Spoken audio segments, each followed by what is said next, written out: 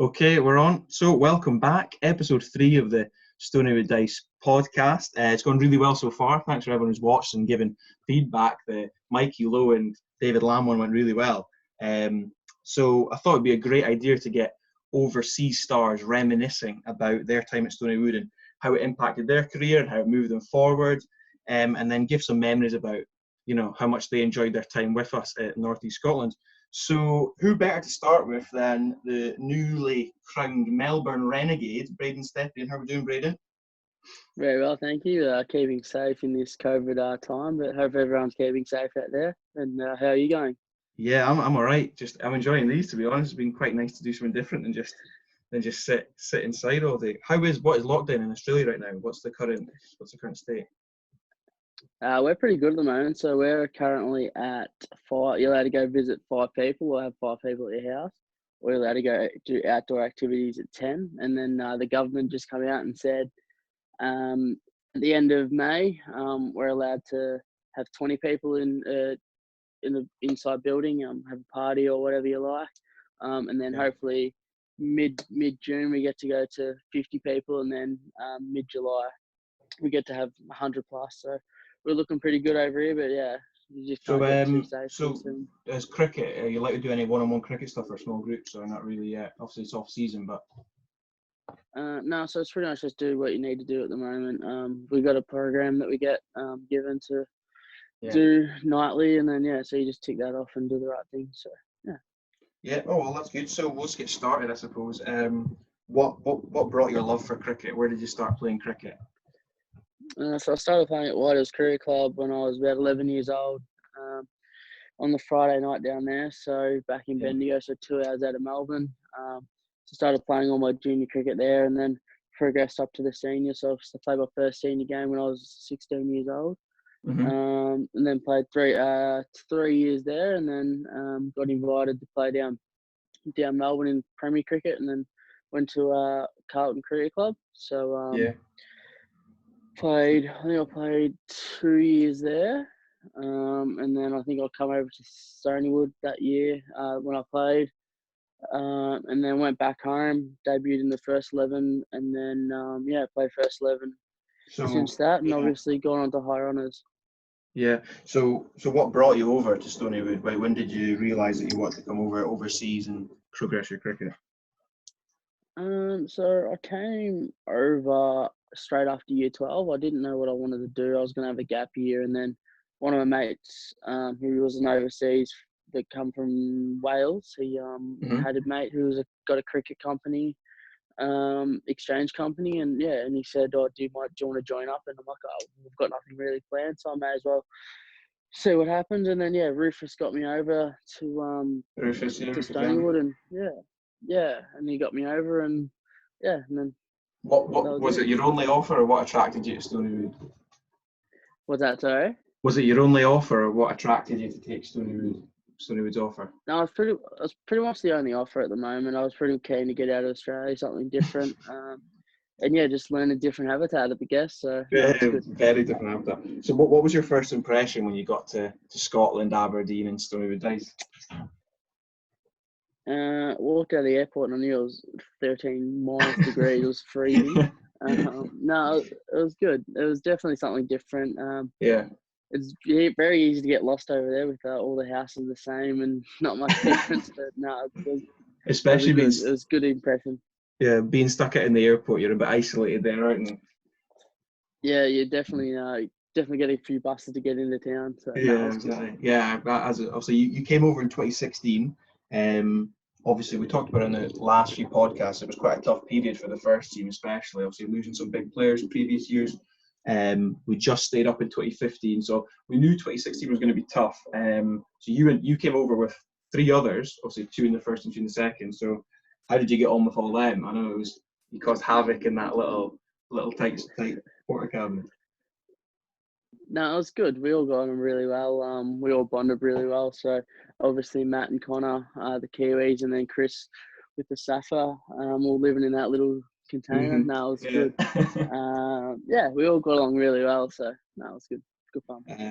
So we'll get on to the proper Stoneywood stuff. I always remember you, the first training session you came in, you know, this Australian guy, Bogan. I don't know, is Bogan is a rough term in Australia? I don't know. He came in. Yeah, He just still am. So I remember someone was chucking you balls in the concrete nets, and you were just smashing them out like really aggressively. And I remember you came into the middle, just like staring at them. I was like, "Who is this guy?"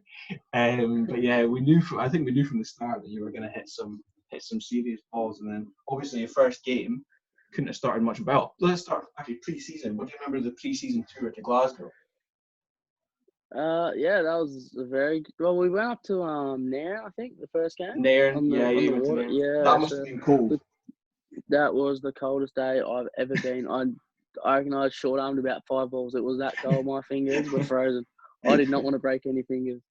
And then, yeah, we went down to Glasgow to play 2 practice games against West of Scotland and who's the other one? Clydesdale, I think. Clydesdale, Majid yes. Hack, the Scotland spinner. Yes, that is very true. Yeah, that Saturday that was a very good day. You smashed a few. You smashed a few in that one, didn't you? Yeah, hit him pretty well that day. Hit a car, wasn't it? It was a car, wasn't it? Yeah. Smashed the some bloke's windscreen. So poor guy. Sorry if you're listening. I think that's when everyone knew. Like, I remember Kiddo telling me, it was like, we played those first 2 games. You smashed 60 off like 30 balls. Matt scored 80, playing Majid Hack, Scotland's best ever spinner, like it was me. And then we thought, we're going to cruise this season. And then of course we started against Arbroath, who you did really well against, chasing 230. You and Sean are just moosing it. And then we talked about in the last few, the 6 you hit. Remember that one? Do you remember that 6 off Elton? It went absolutely miles. And then obviously just the next ball, unfortunately, got out, and that sparked that collapse as it did all season, really. That's memories of that one. First knock in Scotland, first 50. No, it's good. It's definitely nerve-wracking coming over when not many people know how you play or what you do. So yeah, you've always got to have that first good impression on how to play. And lucky enough, I got 50 that first game, and unfortunately, we didn't get the win. But it's definitely good to get a positive start in the first game, and obviously going out that way, going for the big shot, and then going out the next ball. It's something you got to learn and you got to adapt in your game. And nowadays, I've learnt from that and taken that out of my game, which is a really good and made a big step forward. Yes, we'll get on to all the stuff that you've learned, because I'm sure you've gone to the next level, so I'm sure you've won games. But what was your favourite memory? Obviously, we didn't win any games, unfortunately, in 2016. But what was what couple of your favourite memories from Stoneywood? Just a general time there, games, nights out, anything. No, I think it was just everyone just bonding with each other. It was a really good club, massive family club. I think all the juniors were really good as well. Everyone supports everyone at the club, which is really good. Just definitely all the Saturdays, all the road trips, just looking around was really just fascinating to explore places you've never been to. Did you do any exploring in Scotland? No, it's good. Did you do any exploring in Scotland? Did you go anywhere? I went down to Edinburgh for a few nights. That was quite nice. So one of my mates was playing. One of my best mates from Bendigo was over playing cricket as well when we went to Edinburgh, and spent a few nights there, which was really nice. So and then obviously we had a night in Glasgow. Didn't really get to see that too much. But yeah, went up to Elgin one night with Geordie Squire, so that was good fun. But I remember hearing that in Joe's nightclub. Yeah, no, that was it was good. Like, definitely want to travel more. So I wouldn't mind coming back over and seeing everyone's faces and doing that would be good. What was your favourite knock? You had a few big ones, but what was your favourite one? Can you talk us through that? Definitely against. I made that 100 against Forfarshire. That's probably my best knock there. What other good knocks were there? That 100 against Forfarshire, though, I mean, that was reduced to like 25 overs, and I just remember you whacked it. You and Sean put on like 150. He scored like 40. Sean was really good to open with my time there. He's really experienced, just a wise head. It's always good to have a wise head at the other end, just to learn fundamentals of the game. So Always privileged to have Sean down the other end for my time down there or over there. So Did he teach you the flick off the pads? No, I still can't play that, Sean. So Did if you want to send me a message. No, he taught me the one that goes over third man. He's a genius at that one. So. He loved that one, didn't he? The one, the top edge of a third man, the little guy to third man, the flick off the pads. He's the best at that. So. Have you ever heard of Corney Dry? South African. Sorry? Corney Dry. You ever heard of Corney Dry? No, I have not. Sorry. It was like 85 miles an hour, rapid. Sean just last year, he's like, what, 39 now he's getting on. Shuffles across. Little flick, see you later. He's got 2 shots. That's his 2 shots in the textbook. The flick and the one over third man. Oh, I love Sean. No. Yeah, so on that, who was your favourite teammates and just members in general, obviously? Obviously Sean. Rufus was massive for me. Even when I moved out of Little Hut, Rufus housed me for 3 or 4 weeks there, which I'm extremely grateful for. Got a little bit homesick. Mm-hmm. And I just needed that little bit of family vibe that was really good. And then Sean, obviously, the back end, he took me in as well because I wanted to move back into the city just because I felt a bit too far away at Huntley. And then, Sean took me in for a little bit there, so I was extremely grateful for that. And hope his daughter's doing very well. He's got a daughter now, doesn't he? 2 kids now. I'm sure he's coping in lockdown. Yeah. He'll be really busy at the moment. But obviously, you got your Jamie King, you've got your David Kidd, like all they just took it under the wing, and extremely grateful for that. So no, it was good. Yeah. Like you can't really pick a favourite. So even Jack Mitchell as well. Yeah. So because you're quite young, weren't you? You were 18 when you came over, so it's tough, isn't it? Yeah, so I was 18 years old, turning 19. First, I'm extremely grateful for the opportunity. Definitely learned a lot and matured a lot when I was over there. Just learning about life, especially like just trying to fend on yourself. Mm-hmm. No, it's good. Definitely grateful. Have you got a funniest night out memory? I know you and Matt especially went to town literally, didn't you? Have you got any funny memories to share? No, I don't really have any stories on that one. No, I can't really remember. Keep it quiet, public forum. Yeah. No, I don't really remember too much of the night out. Did you enjoy good nights like that? Did you enjoy the night out circuit in Aberdeen? How does it compare to Melbourne? It's pretty similar. Like it was just a couple of quiet beverages, nothing really too painful. No, it's good. Like it's great nightlife. It was always fun. It's always good to explore different venues and get to know different people. Just meeting people is really good. So no, it's good. Yeah. So also you were talking about being homesick there. Was it good then when your mum came over for a bit and you got to spend some time with her and she got to see sunny Scotland? Yeah, she travelled more Scotland than me, so I was there for longer than that. No, it's definitely good. It's just good to have someone from home come over and comfort you. And she probably came over at the right point, halfway through the time. So it kind of broke that up really well. And it's always good when you see a familiar face, especially being your mum or your dad. So no, it's good.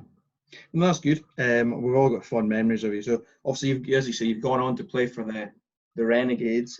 So what was the main things that you learned from Scotland that you took into the season after, and then obviously have taken in the next 3-4 years? So just the main thing is just the commitment. I was very lazy when I was over there. I didn't really do too much. I was obviously that little bit bigger person. It's just really working hard and actually knowing what I really want. So I went over there immature. Loved a bit of fun and didn't do too much exercise. But now I'm running 40 k's a week. Just really putting the hard yards in to try to get to that next goal. I know playing for the Melbourne Renegades was a great experience. I'm grateful for it. But just knowing that that's not the final goal, you got to keep pushing and pushing harder. So you just can't really be complacent with where I'm at the moment. But learning from Scotland. As I said, just mature a lot more with my batting. Instead of going for that another 6, you do tie yourself back to just going through the gears that little bit more. Just little things like that. The consistency as well, isn't it? Because you got exactly right. I think I said it before, but you got you hit 60 off 30 balls, and then you'd get out, or you would get nothing. And I think now, obviously, you just get 60, don't you? Or you get more. Yeah, yeah, that's it. It's just that's what I mean by going through the gears, is Yeah. knowing that when to accelerate and when to decelerate. So yeah, that's what I've really learnt. And then and then obviously, sorry, on you go. obviously playing against better cricketers, higher cricketers, you've got to learn that way. So or else you get found out very quickly. So it's quite interesting as well for us when we were watching you, obviously, in the Big Bash, keeping wicket. So was there a reason why you didn't keep wicket in Scotland? So I started keeping in my junior cricket at White Hills. So I moved down to Carlton, not as a keeper. So they said, we've got too many keepers. We don't need a keeper. Just focus on your batting. So I got that down pat and got all that. And then the first 11 keeper left, and they realised that I used to keep back home. So they chucked me the gloves for the year, and so I've been keeping ever since. So that's probably 3 years now. So so they've just chucked them back on, and being grateful because I've got opportunities like that coming. So yeah. So can you think of any people in particular who helped you the most in Scotland? Obviously we've got Yanni, Sean, Rufus mentally maybe as well as coaching, but any shout outs? Definitely Shawnee. Shawnee at the other end was really good for me. Jan was really good as well. So obviously they've got tons of experience. So the key was even for all the young kids listening, is just be a sponge when you're talking to guys like that, because they've got that much experience. You've got to learn. You might not take it on board. You might go try it. It's all about trial and error. You try it in the nets, and then it might not work, and then you don't. You just scrap it. So at least if you trial, and then if it doesn't work, it doesn't work. So they've got a lot of experience. Obviously Rufus was really good for me. Just that family vibe with Amanda as well. So it was really good. Yeah, no, that's good. Also, we're lucky at Stoneywood. We've got a lot of experience in cam heads, which has really helped over the last few years as well. And everyone's there, like even Mikey Lau, like puts his hand up, and he even just go up and talk to him about stuff. They'll talk to you. So if you approach them, they're happy to talk. So it's good. That's exactly what you want. And of course, you mentioned the young cricketers watching. I'm sure we'll have quite a few juniors watching. Also, if you shout in Australia, then you might have a few folk as well, young guys looking to come over to maybe sunny Scotland as well. So have you got any hints and tips for any overseas guys looking to come over, or from anywhere in the world coming over? Just general tips. Just make sure you enjoy your experience, and make sure, as I said, you are a sponge. You're in a different habitat. You haven't been there before. There's a lot of people who know the conditions a lot better than what you are. So you just can't go over expecting you're just going to do exactly what you do in your own country. Obviously Jamie King came over here, so he's got a lot of Australian experience now. Hopefully he comes back over when all this COVID stuff is done. It's a shame for him, isn't it, how it's just come at that time, because he could have really gone on and had a great season and showed us all, and he's kind of installed, but I suppose that's just what happened. Well, that's it. So, you and Matt, I remember you and Matt definitely had a lot of fun. It was a good, even though we didn't win many games, I thoroughly enjoyed it as a little 15-year-old. You gotta have some fun when you're losing. You gotta put a smile on your face, don't you? Exactly. You gotta do something out there. It was really good. So obviously, then we'll talk about Melbourne Renegades. How did that come about? Was it through the keeping? Was it through the batting? Was it a mixture of both? So it was unfortunate that Sammy Harper, so the keeper, got injured. He got concussion, and I've just come off a few decent hits, and I was up in Brisbane playing for Victoria Second 11 in a couple of T20 games, and the Renegade list manager was there as well, and he called me over and he said, "Hey Brayden, you're flying to Sydney on Friday. You're going to be playing for the Melbourne Renegades on Saturday night." And I was just like, just said, no worries. So I flew back from Brisbane after the tournament on the Thursday. Come home, literally unpacked all my stuff, then repacked all brand new clothes, and then I think I had 3 hours in between waking up. Then I had to go into work to sign a form that I was leaving for a few more weeks, and then had to go to the cricket centre in Victoria, pick up all my kit, come back, pack all that stuff, and then literally just get straight on the bus to the airport. So it was pretty full on. Everything was it all happened so quickly. So it was good. So But who did yeah, you play? unfortunate. Yeah. What were the games But you just played in? Sorry, keep. so no, you're right. Yeah, so it's just unfortunate circumstances that happened. Yeah. Well, but yeah. So I played against the Sydney Sixers Mhm. in Sydney. So we debuted on the SCG, which is pretty cool. You walk through the change rooms and you Not kind of bad, is look it? around and yeah, it's a pretty surreal feeling walking through there. And then played against the Brisbane Heat 3 days later at Marvel Stadium. So that was pretty cool as So you well. got to play in your hometown as well. Have you played there before? No, have No, not. that's pretty cool. So So Marvel yeah. Stadium just opens up for cricket for the Big Bash for the Melbourne Renegades, and then it closes. It doesn't play Ah, any more cricket there. So they play AFL and they host concerts and all that stuff. So no, that's it's pretty good. cool.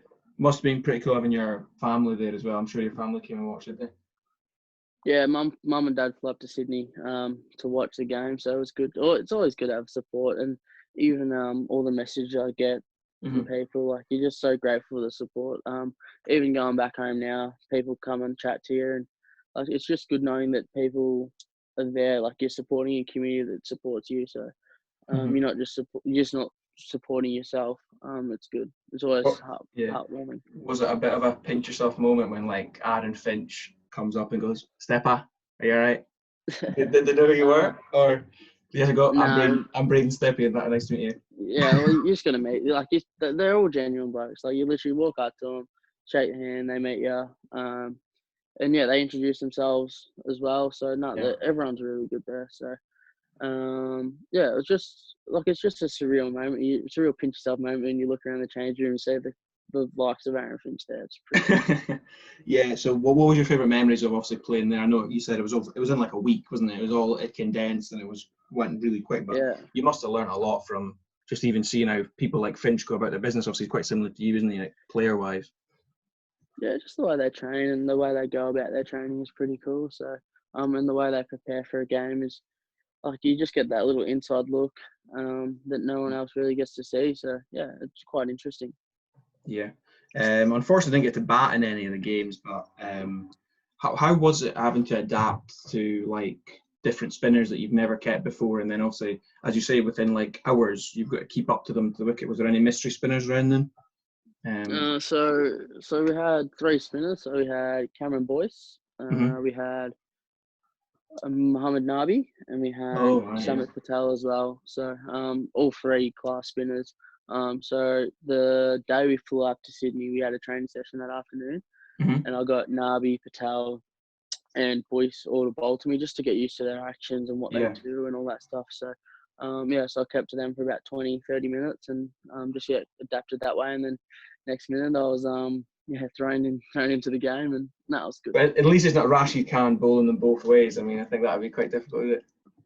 Yeah, especially with the pacey bowls, that it would be very difficult to keep to for the first time, I So, reckon. did you get the chance to speak to any of the opposition? I know you played against like Steve Smith and some of the best players in the world. Did you get a chance to have a wee conversation with them or anything? Yeah, so after the game, we went into the Sydney Sixers room and just sat there. We all just had a chat and just because everyone really knows everyone Mm-hmm. in the in the industry. So yeah, a couple of us boys went over there and just had a chat with them, and then it was good. Like we'll sit next to Steve O'Keefe, and then yeah, Josh Hazel just comes over and sits next to us and just has a normal chat. Like it's just a real pinch yourself kind of moment. Yeah, Yeah. grateful for it. So, have you heard? Obviously, it's COVID right now, but have you heard anything about like the next big bash? Are you in contention? Have you been told you've got to do this, this, or this?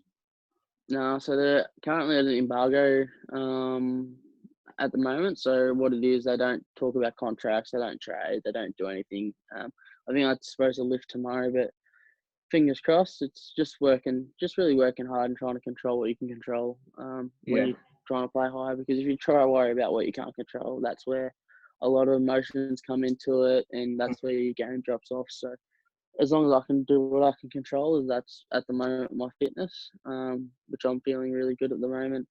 Yeah. Yeah, that's what I can do. So, could you say traded? So, could you get picked up by like Brisbane? Yeah, yeah. So yeah, so you can get traded anywhere.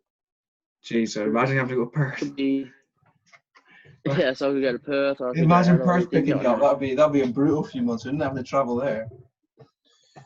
No, the weather's nice. Should Is see the it? weather over there. No, that's true. Unbelievable. It must be cool if you get to play against Hobart or Tasmania. It's pretty cool. No, but that's really good. Come on, give us a story. Give us one juicy story. About Scotland. You must have a big memory about Scotland.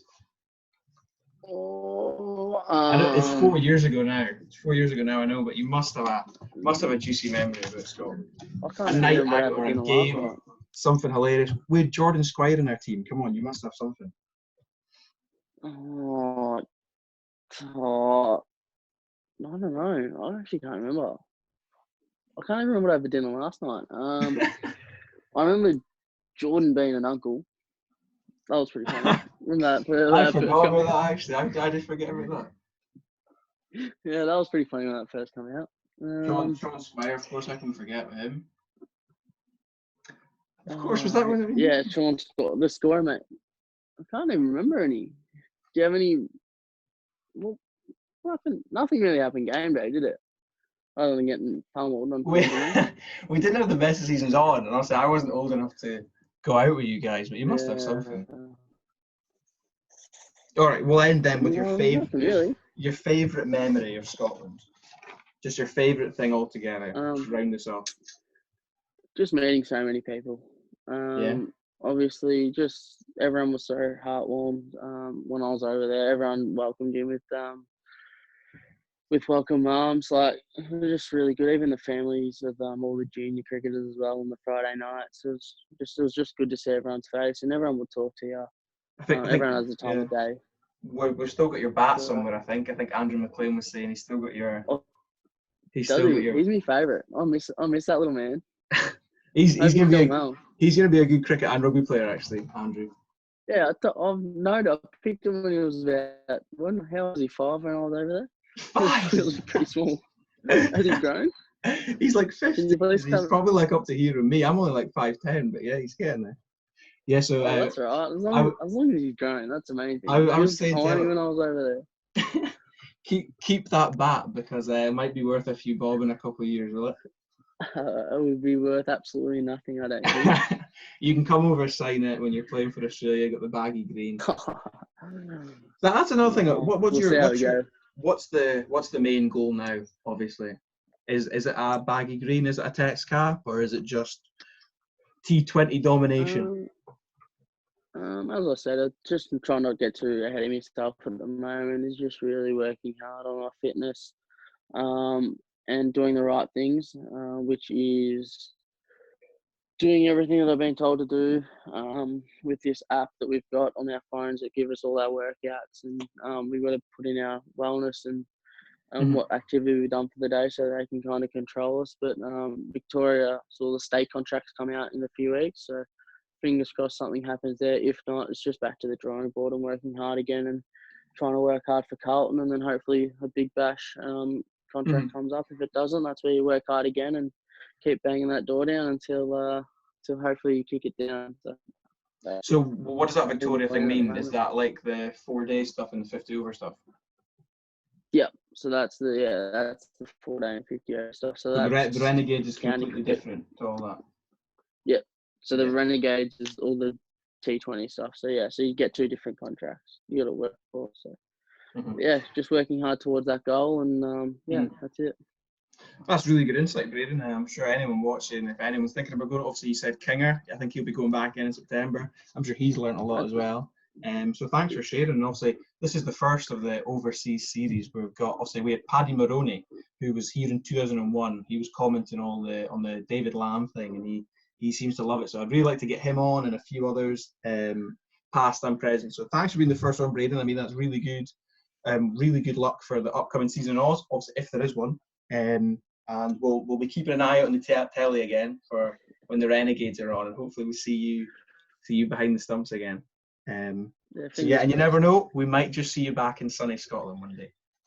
That's it, hopefully enough. Thank you for having me. Been a pleasure. It's always good chatting to you, KP. I love it. So it's all good. I hope everyone's safe out there, and hopefully there's a cricket season coming up soon. Hopefully you guys start soon. Have a month or something. Yeah, I saw a couple of notifications. So all the best if everyone gets on, and yeah, stay safe. Okay, perfect. Thanks for watching, guys.